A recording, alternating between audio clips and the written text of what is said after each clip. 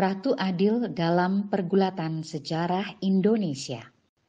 Rujukan utama masyarakat Jawa dalam mencari pemimpinnya senantiasa tertuju pada dua kitab kuno paling fenomenal, yakni Musarar karya Sunan Giri Prapen yang berisi ramalan Prabu Joyoboyo dan Serat Kolotido karya Ronggo Warsito. Melalui kedua mahakarya itu pula, tim Risalah Misteri mencoba menelisik sosok Ratu Adil yang akan membawa kemakmuran dan keadilan bagi segenap rakyat Indonesia. Pemilihan Presiden dan Wakil Presiden RI periode 2024-2029 akan dilaksanakan pada 14 Februari tahun 2024. Jika dihitung dari sekarang, praktis tinggal 1 tahun lagi. Sejumlah nama kandidat, baik bakal calon presiden maupun bakal calon wakil presiden, sudah bermunculan. Untuk capres, nama Ketua DPR yang juga Ketua DPP PDI Perjuangan Puan Maharani, Menteri Pertahanan yang juga Ketua Umum Partai Gerindra Prabowo Subianto, Ketua Umum Partai Golkar Airlangga Hartarto, Gubernur Jawa Tengah Ganjar Pranowo, dan mantan Gubernur DKI Jakarta Anies Rashid Baswedan menjadi sosok yang paling sering diperbincangkan oleh masyarakat dan netizen. Sementara untuk Cawapres, Ketua Umum Partai Demokrat Agus Harimurti Yudhoyono, Gubernur Jawa Barat Ridwan Kamil, Menteri Pariwisata dan Ekonomi Kreatif Sandiaga Salahuddin Uno, Gubernur Jawa Timur Khofifah Indar Parawansa, hingga Ketua Umum PKB Muhaimin Iskandar diprediksi oleh beberapa lembaga survei sebagai kandidat terkuat. Meski demikian, dari seluruh nama di atas, hanya Anies Baswedan yang telah dideklarasikan sebagai capres oleh Partai Nasional Demokrat. Dalam beberapa bulan ke depan, tentu akan ada nama lain yang dideklarasikan sehingga menambah semarak pesta demokrasi yang menurut Presiden Joko Widodo terbesar di dunia. Tentu kita harus turut mengawalnya agar pelaksanaan Pilpres 2024 berjalan sesuai harapan kita semua dan terutama mampu melahirkan pemimpin hebat yang amanah. Oleh karenanya, sudah menjadi tugas kita bersama untuk memilih pemimpin yang memiliki rekam jejak atau track record yang jelas, baik terkait perilaku atau moral dan juga prestasi. Jangan sampai pesta 5 tahunan hanya seremonial belaka, sehingga pemimpin yang terpilih tidak amanah. Bukan waktunya lagi memilih pemimpin hanya berdasarkan kesamaan identitas, sara, suku, agama, ras, dan antar golongan, apalagi sekadar populer di media sosial. Sebab jika salah memilih, maka yang rugi bukan hanya 1-2 orang, melainkan bangsa Indonesia. Dalam memilih pemimpin, tidak harus hanya berdasar kesamaan suku atau agama. Yang terpenting adalah pemimpin tersebut dapat bekerja dengan baik dan amanah sehingga akan bisa membawa bangsa Indonesia dan segenap tumpah darahnya mencapai cita-cita dan tujuan kemerdekaan, yakni tercapainya masyarakat adil makmur di bawah naungan Pancasila dan Undang-Undang Dasar 1945. Dalam konteks ini, keberadaan Ratu Adil yang sudah lama dinanti-nantikan oleh bangsa Indonesia menjadi sangat penting. Masyarakat Indonesia sangat mendambakan datangnya Ratu Adil setelah sekian puluh tahun didera penderitaan baik oleh penjajahan asing maupun akibat salah urus para pemimpin sebelumnya. Bukti bahwa Ratu Adil sudah lama didambakan dapat dilihat dari naskah pembelaan atau pledoi Soekarno di Pengadilan Hindia Belanda di Bandung tahun 1930. Tuan Hakim, apakah sebabnya rakyat senantiasa percaya dan menunggu-nunggu datangnya Ratu Adil? Apakah sebabnya sabda Prabu Jayabaya sampai hari ini masih terus menyalakan harapan rakyat?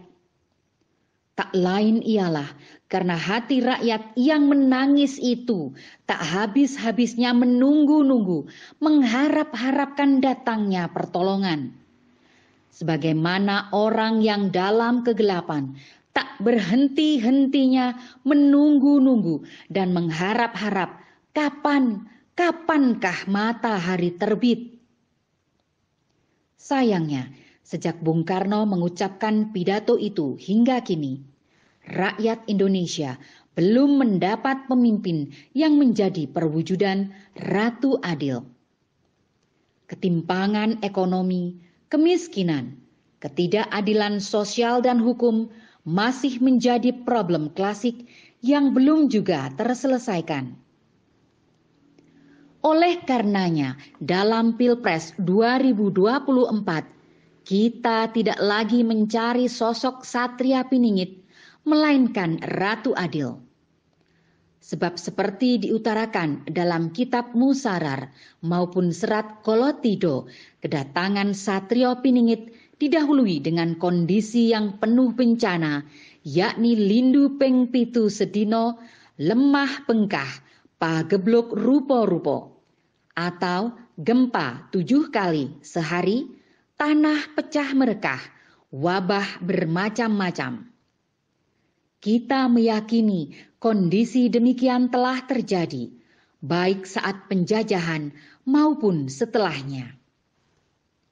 Kini saatnya kita berharap Ratu Adil segera mewujud hadir di tengah-tengah masyarakat untuk menciptakan tatanan masyarakat yang adil dan makmur. Siapakah Ratu Adil? Sebelum membahas ciri-ciri Ratu Adil dari kitab Musarar dan serat Kolotido, ada baiknya kita memahami bahwa Ratu Adil dan Satrio Piningit adalah dua sosok yang berbeda. Secara harfiah, Satrio Piningit diartikan sebagai tokoh yang memiliki kecakapannya dalam memimpin kekuatan pasukan, sedangkan Ratu Adil diartikan sebagai pemimpin yang bijak dan adil. Dari sini bisa dipahami mengapa Prabu Jayabaya Raja Kadiri yang berkuasa dari tahun 1135 hingga 1157 yang bergelar Sri Maharaja Sangmapanji Jayabaya Sri Warmeswara Madusudana Awatara Nindita Sutrisna Singa Parakarma Utunggadewa, juga mendapat julukan sebagai Satria Piningit sekaligus Ratu Adil. Gelar Satria Piningit didasarkan pada kecakapannya dalam menyatukan kembali wilayah-wilayah yang sempat memisahkan diri di masa akhir kepemimpinan Prabu Airlangga di Kerajaan Panjalu. Sebelum wafat, Airlangga membagi wilayah Kerajaan Panjalu menjadi dua bagian, yakni Jenggolo dan Kadiri, untuk menghindari perang saudara. Jenggolo dipimpin oleh Mapanji Garasakan, sedang Sri Samarawijaya menjadi penguasa Kadiri yang berpusat di Dahapura. Di masa Jayabaya, Jenggala berhasil ditaklukkan sehingga wilayah kekuasaan Kadiri sama seperti kerajaan Panjalu. Dalam perkembangannya, seluruh Jawa dan pulau-pulau di sekitarnya berada di bawah kekuasaan Kadiri, sehingga pamornya mengalahkan Kedatuan Sriwijaya. Sedang gelar Ratu Adil disematkan kepada Jayabaya karena mampu membawa kerajaan Kadiri mencapai puncak kejayaan dan kemakmuran. Sandang pangan murah, pertanian subur, serta bersikap adil dan bijaksana kepada rakyatnya. Salah satu bukti kemakmuran di masa Jayabaya adalah dibangunnya sistem pertanian dan penguasaan jalur perdagangan di kawasan Indonesia bagian timur saat ini. Setelah pengaruh Sriwijaya runtuh akibat serbuan kerajaan Chola dari India, hegemoni Kediri di kawasan Asia Tenggara semakin kuat. Namun perlu dipahami, sesuai ramalan Jayabaya, munculnya Satria Piningit di masa setelah Kediri, didahului dengan terjadinya kekacauan dan huru-hara yang disebut zaman Kolobendu. Jika melihat sejarah perjalanan bangsa Indonesia, sangat mungkin zaman Kolobendu sudah terjadi dan Satrio Piningit sudah hadir di masa awal kemerdekaan. Oleh karenanya, saat ini bangsa Indonesia tengah menanti lahir atau munculnya sosok Ratu Adil yang akan membawa kemakmuran dan keadilan. Hal ini juga sesuai dengan ramalan Ronggo Warsito dalam serat Kolotido, di mana munculnya Ratu Adil atau Pinandito Sinisihan Wahyu yang akan memerintah di bekas kerajaan Mojopahit, didahului dengan hadirnya Satrio Kinunjoro Murwo Kuncoro, Satrio Mukti Wibowo Kesandung Kesampar, Satrio Jinumpot Sumelo Atur, Satrio Lelono Topo Ngerami, Satrio Piningit Hamong Tuwuh, dan Satrio Boyong Pambukaning Gapuro. Ciri-ciri Ratu Adil. Banyak yang mengklaim diri sebagai Ratu Adil, bukan hanya di Indonesia, namun juga di belahan bumi lainnya.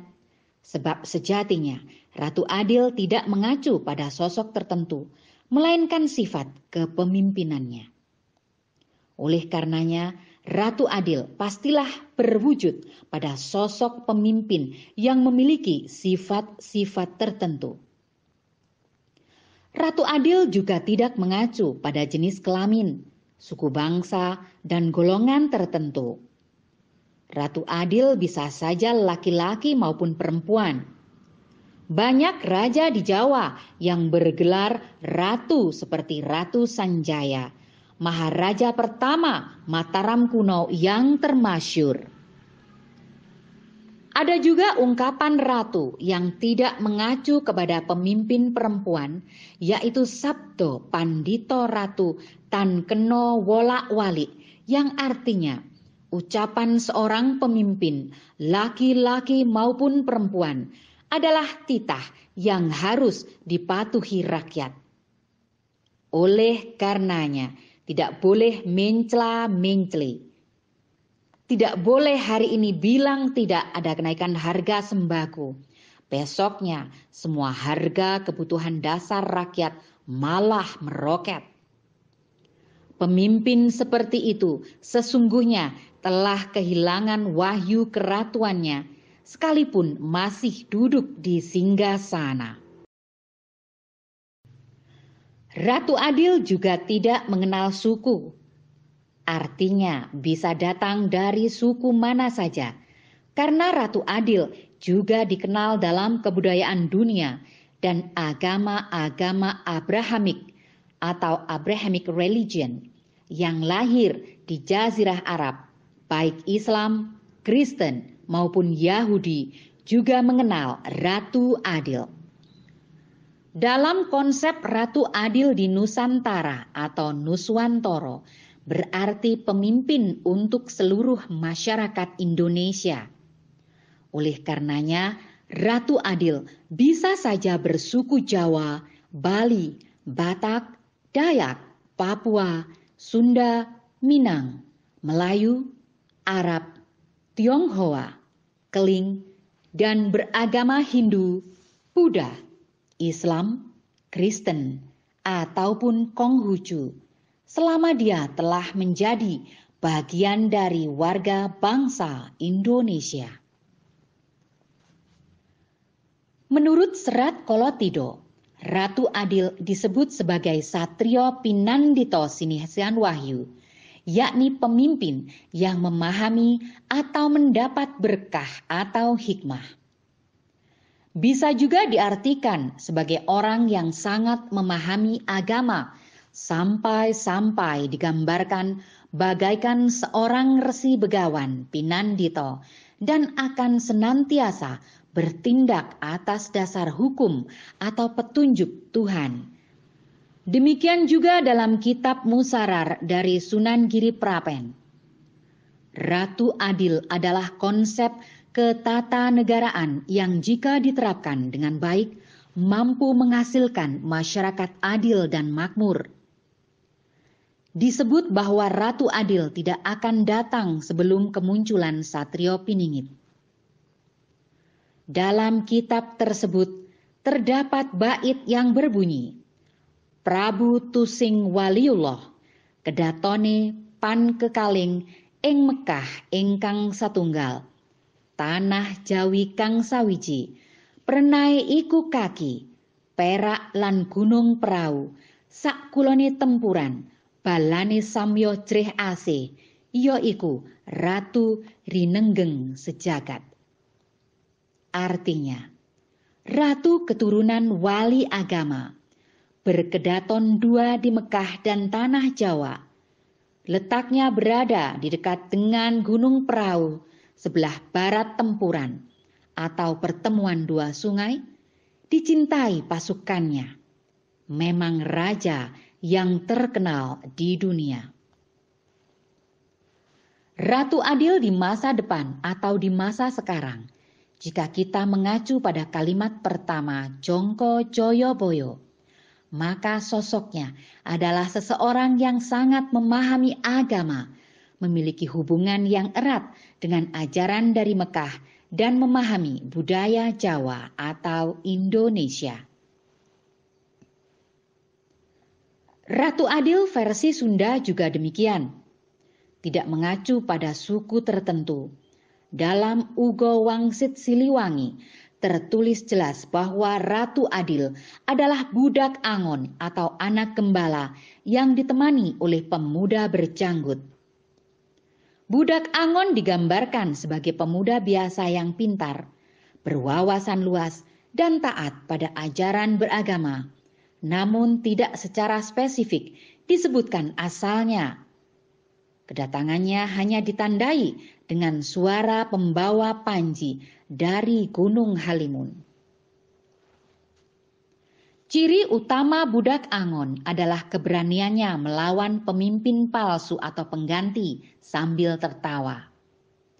Suatu saat nanti akan banyak hal yang ditemui sebagian-sebagian, sebab terlanjur dilarang oleh pemimpin pengganti. Ada yang berani menelusuri terus-menerus, tidak mengindahkan larangan, mencari sambil melawan, melawan sambil tertawa. Dialah budak Angon. Dari uraian di atas jelaslah, Indonesia akan mencapai suatu tatanan ideal, adil dan makmur, jika dipimpin oleh Ratu Adil yang sosoknya tidak mengacu pada identitas pribadi tertentu. Hal ini sejalan dengan keinginan kita bersama, agar dalam memilih pemimpin tidak didasarkan pada identitas diri seseorang, baik suku, agama, maupun antar golongan atau sara. Sebab untuk menjadi ratu adil harus bersikap adil dan peduli kepada seluruh rakyat yang dipimpinnya, tidak mementingkan diri sendiri atau kelompok dan golongannya saja. Tidak membeda-bedakan rakyat karena mendukung politik. Mengayomi seluruh rakyat, baik yang mendukung maupun yang sedang tidak sejalan. Lalu, adakah sosok atau perlambang ratu adil di antara nama-nama calon presiden yang telah beredar selama ini? Mari pahami dulu pengertian ratu adil menurut Kamus Besar Bahasa Indonesia. Ratu berarti pemimpin. Sedang adil berkaitan dengan caranya memimpin, yakni berlaku sama, tidak membeda-bedakan warga bangsa, dan tidak sewenang-wenang. Di dalam memimpin, dia juga harus amanah, mewujudkan janji-janji yang telah diucapkan saat kampanye. Mau bekerja keras, mewujudkan pembangunan dan program kerja yang bertujuan untuk kesejahteraan seluruh masyarakat. Setelah memahami ciri-ciri dan waktu kemunculannya, maka kita dapat menyimpulkan Ratu Adil sangat mungkin akan muncul pada Pilpres 2024. Sesuai petunjuk yang terdapat dalam Kitab Musarar dan Serat Kolotido, maka sosoknya adalah capres yang memiliki banyak prestasi dan religius.